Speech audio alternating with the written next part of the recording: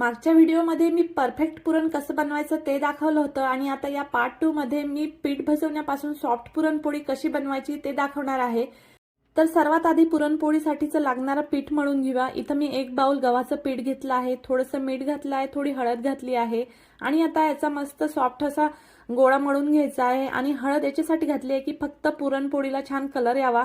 आणि इथं बघा गोळा भिजवल्यानंतर असा पाण्यामध्ये 10-15 मिनिटं ठेवायचा, त्यामुळे हा गोळा ना खूप लुसलुशीत होतो। आणि पुरणपोळीचं सिक्रेट तेच आहे की गोळा हा आपला पिठाचा गोळा आहे ना तो खूप सॉफ्ट आणि छान लुसलुशीत असावा। इथं बघा पुरण पण छान झालेलं आहे आपलं।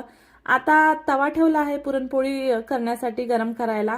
आता पिठाचा एक गोळा घ्यायचा, अशी त्याची पारी बनवून घ्यायची आणि जेवढा गोळा घेतलाय ना तेवढाच पुरण घ्यायचं आणि याच्यामध्ये असं पुरण भरून घ्यायचं।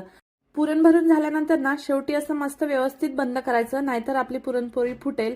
आता बघा थोडंसं पीठ घेऊन आधी ना हाताने असं हलकं दाबून घ्यायचं आहे, थोडंसं गोल गोल फिरून असं आधी दाबून घ्यायचं। त्यामुळे काय आहे ना पुरण पूर्ण छान काठापर्यंत पसरतं आणि नंतर थोडंसं पीठ घेऊन लाटायचं, अगदी हलक्या हाताने लाटून घ्यायचं आहे। इथं बघा मस्त अशी पुरणपोळी रेडी झाली आहे।